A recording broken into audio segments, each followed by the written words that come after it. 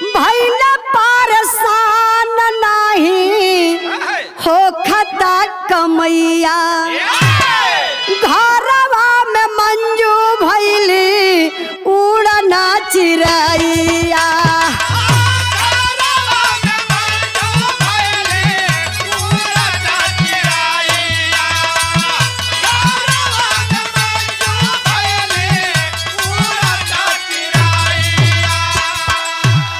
अरे रुपया के बिना सुना लाग गइले शरीरिया हो फिक्रिया भइली खोज लगली साहज उपाया हो फिक्रिया भइली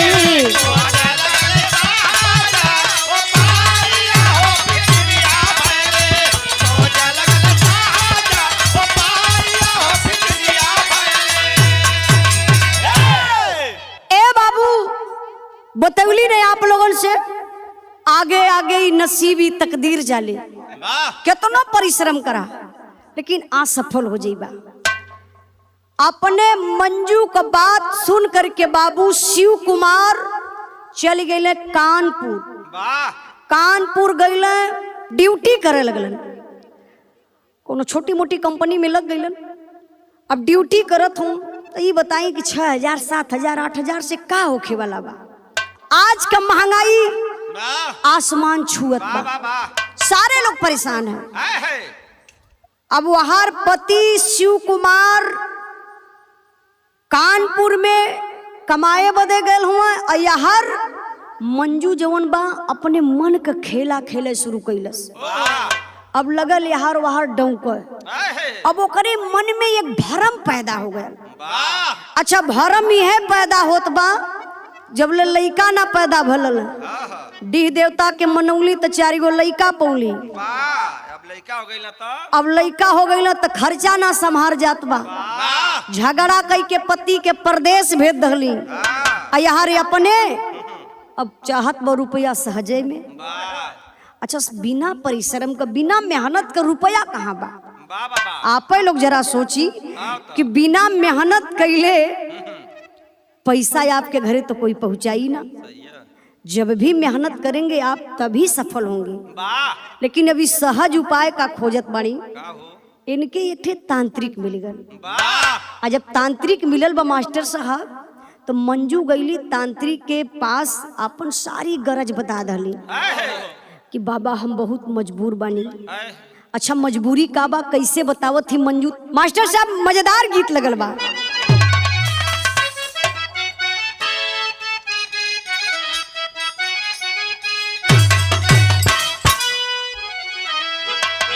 कोनो मेहरारू यही मंगल लियन ओकर मर्द एकदम नशेड़ी रहल। यो जब बाबू प्रोग्राम ना रहल ना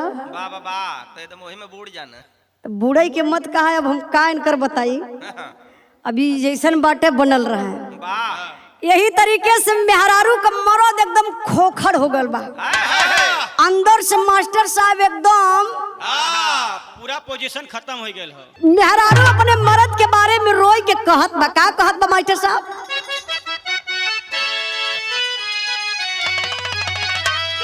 ये बीड़िया पियत आवा धुआवा उड़वत खोखत आवना हरे खोखत आवना मोरा सैया जी दामहवा खोखत आवना।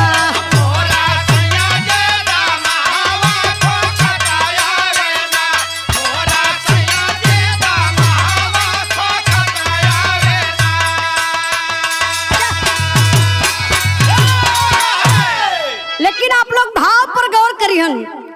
मंजू तांत्रिक से कहत है का कहली मास्टर साहब। अरे तांत्रिक से कहे बाबा कमनो जुगुतिया लगाई दे बाना हर लगाई दे बाना मोरा फूटल की समतिया जगाई देता ना।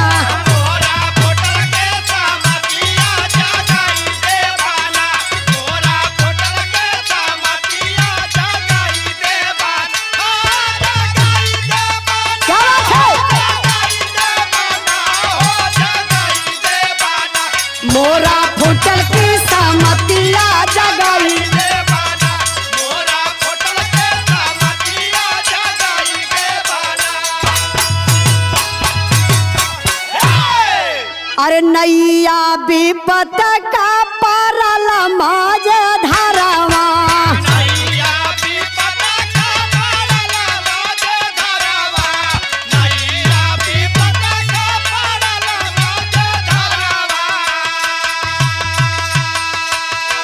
आईली सारण बाबा दे दासहरवा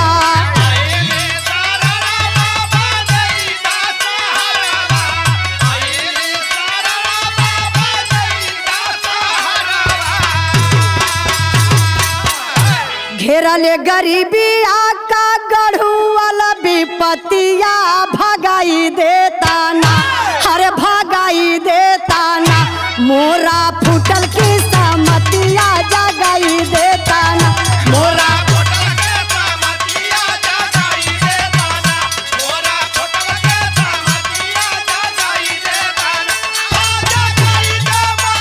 बहुत अच्छे मोरा फूटल की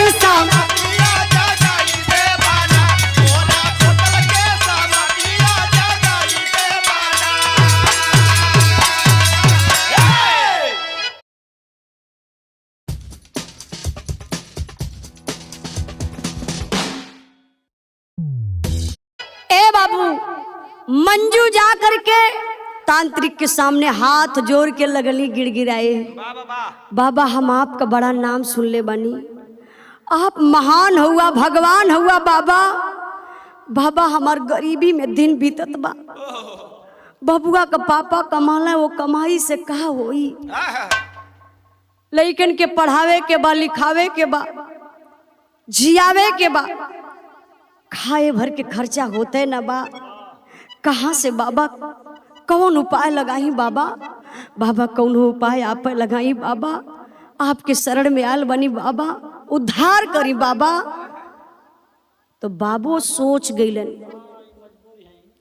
कि मछली जाल में हमारे फसल, अब एक बढ़िया से मुर्गा बनाई।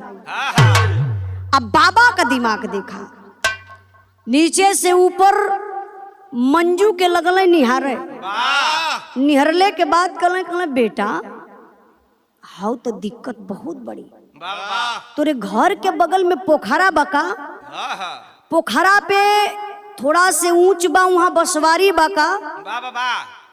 मंजू कही हाँ बाबा हाँ। अब मंजू के विश्वास होके लगल। बेटा एक बात बताओ, जब तुम सोती हो तो सोने में सपना देखती हो, कभी महिला कोई आ जाती है, कभी कोई पुरुष आकर के तुम्हारे साथ गंदा काम करने लगता। अरे जी जी जी बाबा कैसे आप जान गेला बाबा?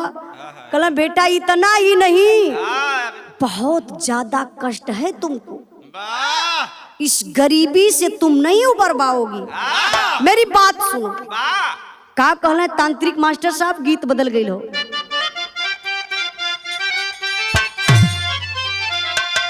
मास्टर साहब ये गीत के हम गौले बनी, यूट्यूब पर जे भाई ना सुन ले होई सर्च कर लीहन। हमरे गीत का नाम बन नसवा में पियवा मोर मातल। बड़ा ये गाना पर मास्टर साहब रील बनल। कैसे मास्टर साहब?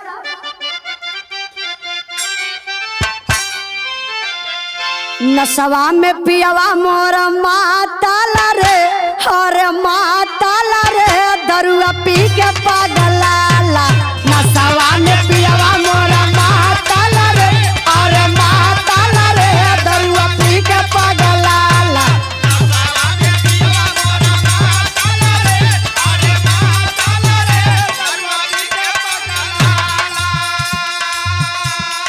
लेकिन भी यहाँ पर आप लोग ध्यान दिए हैं, तांत्रिक मंजू से कहत बा। कैसे कहत बा मास्टर साहब? हंसी के कहेला छलकारी हो, छलकारी हो, बेटी खुली तोर नसीबिया। हंसी के कहेला बेटी खुली तोर नसीबिया।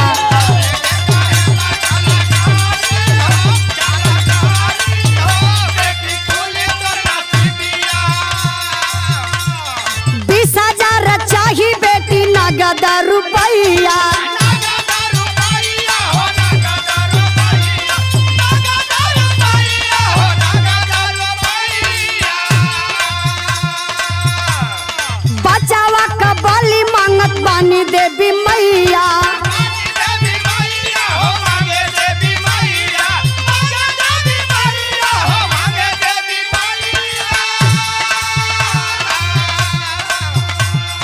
जल्दी करा सब तैयारी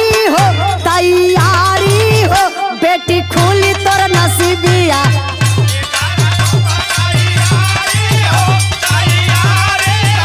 बेटी खुली तोर नसीबिया जल्दी करा।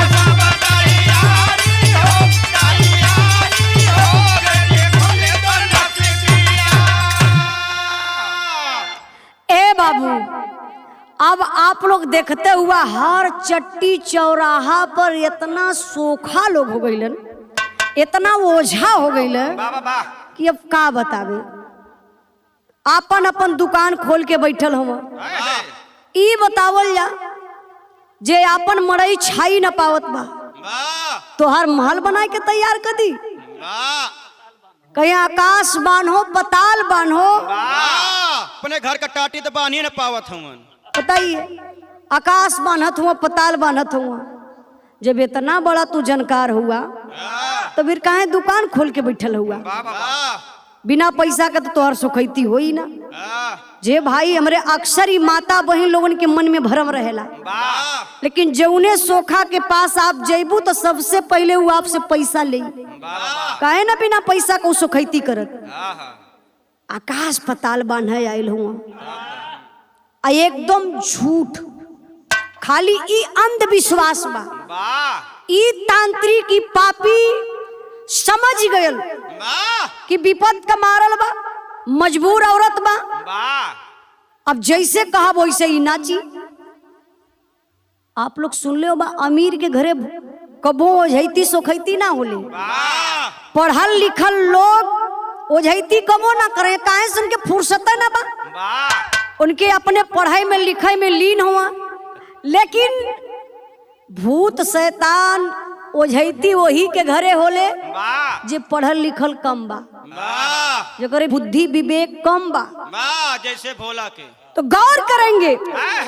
अभी समझ गयल तांत्रिक मंजू से कलश की बेटा दिक्कत तो बहुत काफी बा।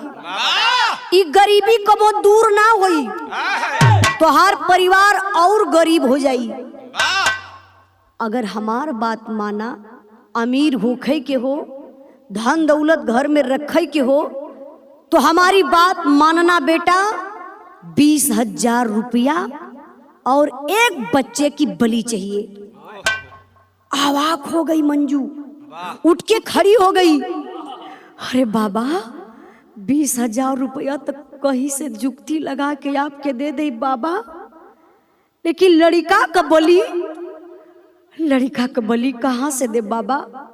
अगर करोड़पति बनना है तो बलि तो देना पड़ेगा। फिर उठती है मंजू और हाथ जोड़ करके खड़ी हो जाती है। बाबा, कुछ उपाय जरूर ढूंढेंगे। इतना कह के बाबू मंजू बाबा के यहाँ से चली जाती है। रास्ते में सोचती है क्या करती है क्या मंजू मास्टर साहब?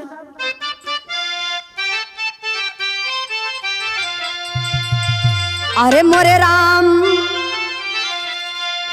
नियतिया धोमिल माई का भइल, धन के अनल कुंड में मार गइल बा मतिया। अरे हो मतिया, अरे हो मतिया।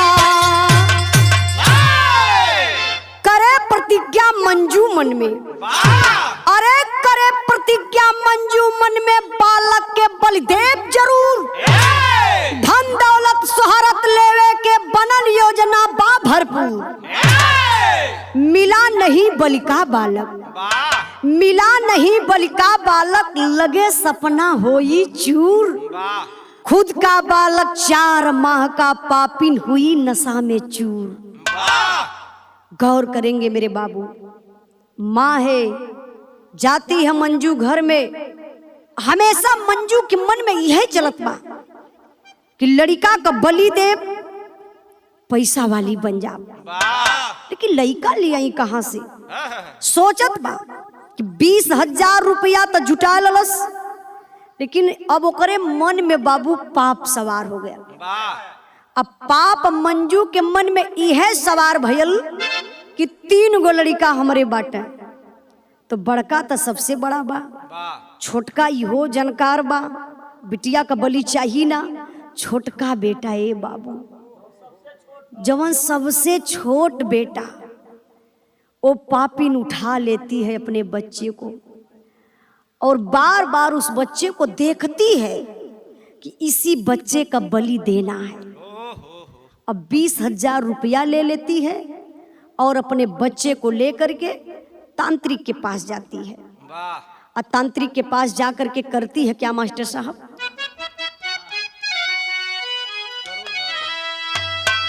अरे बड़का बेटी बिटिया के भेजी सकुलावा हो, अरे खून में रंगावे पापिन चललिया चरवा। मन में विचार कैली ममता बिसारी दिहली, हर बचावा के लेके अइली देवी के मंदिरवा।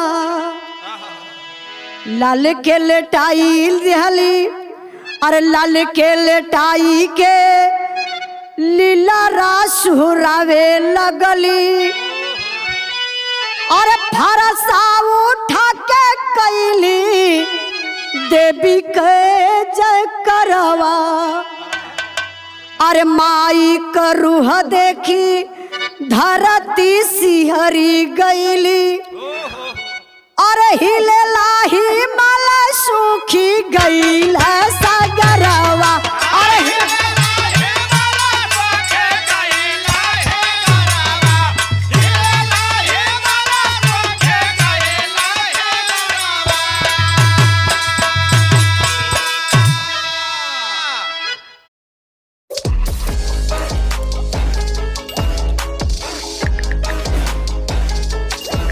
ए बाबू, बच्चे को लेकर के पापिन तांत्रिक के पास चली जाती है।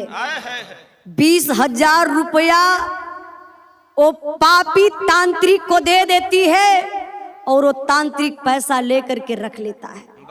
बोलता है मैंने सारी सामग्री जुटा लिया है, लेकिन एक काम करना होगा, इस बच्चे को जल्दी से नहवा दीजिए और नया कपड़ा पहनाइए। माई का ममता दिखाए मोर भैया, उहे बेटवा पावे बदे, उहे बेटी पावे बदे 10 साल दुर्गा माई का पूजा कैलस, दवाई दर्पण कैलस, कितना मुश्किल से बच्चा मिलल। आज पैसा के चलते, धन के चलते वही अपने लाल के बाबू नहुआई के नया कपड़ा पपिनिया पहनाए दहलस। छोटा बच्चा, उसको क्या पता कि मेरी माँ मेरे साथ क्या कर रही है। ले जाए के मंदिर के गेट पर सुताए दलस बचवा के। और वो पापी तांत्रिक बोला एक काम करो, एक बार इस बच्चे का लीलार चूम लो। पपिनिया एक बार ऐसे लीलरा पे हथवा लगाई के ऐसे चूमत बा। और तांत्रिक बोला कि अब फावड़ा उठा लो। तुरंत बाबू फरसा उठौलस पपिनिया और उठाई के भैया हो जयकारा लगावत बा दुर्गा माई का। अब करत का बा मास्टर साहब,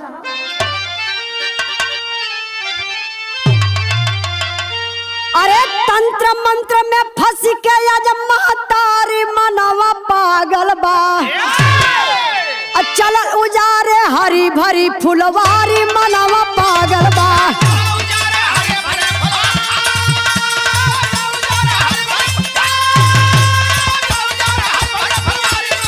अपने आप को सेफ अपने माँ की गोद में समझता है, लेकिन आज एक मतारी अपने बच्चे के लिए दुश्मन बन गई, काल बन गई। लेके फरसा ऐसे तनले बा। अब बचवा के वही माई दुर्गा के मंदिर के दुआरी पर सुतौले बा। 4 माह का बच्चा, उसको क्या पता, वो तो देख रहा फावड़ा और हंस रहा है, उसको कुछ भी पता नहीं है बच्चे को। लेकिन बाहर पापिन खींच करके बाबू वो फरसा तांत्रिक के कहने पर 5 बार अपने बेटे के गर्दन पर चला देती है। सड़ अलग धड़ अलग, खून देख के ही पपिनिया अपने आप में मान में ना बा। बड़ी खुश बा कि मैंने दुर्गा माई को बलि दे दिया, अब हम करोड़पति बन जाएंगे। ये पपिनिया के इहे खुशी बा। लेकिन भयल का ये मास्टर साहब,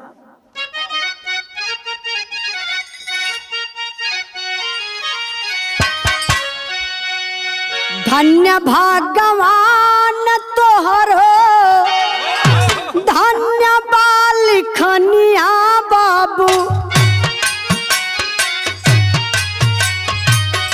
केहू के बसाय देला केहू के उजा,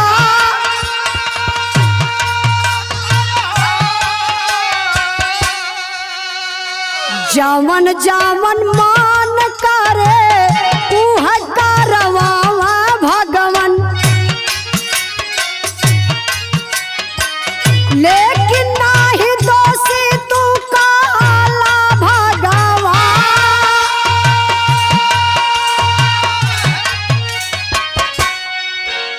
मंजू कमीनी काटी बेटा का नटैया बाबू,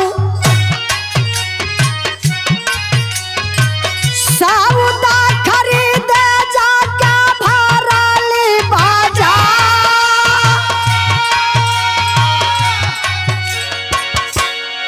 पत्थरे कछातिया बा नाया भगिनिया बाबू, हासी हासी घरा में बनावा जवाना,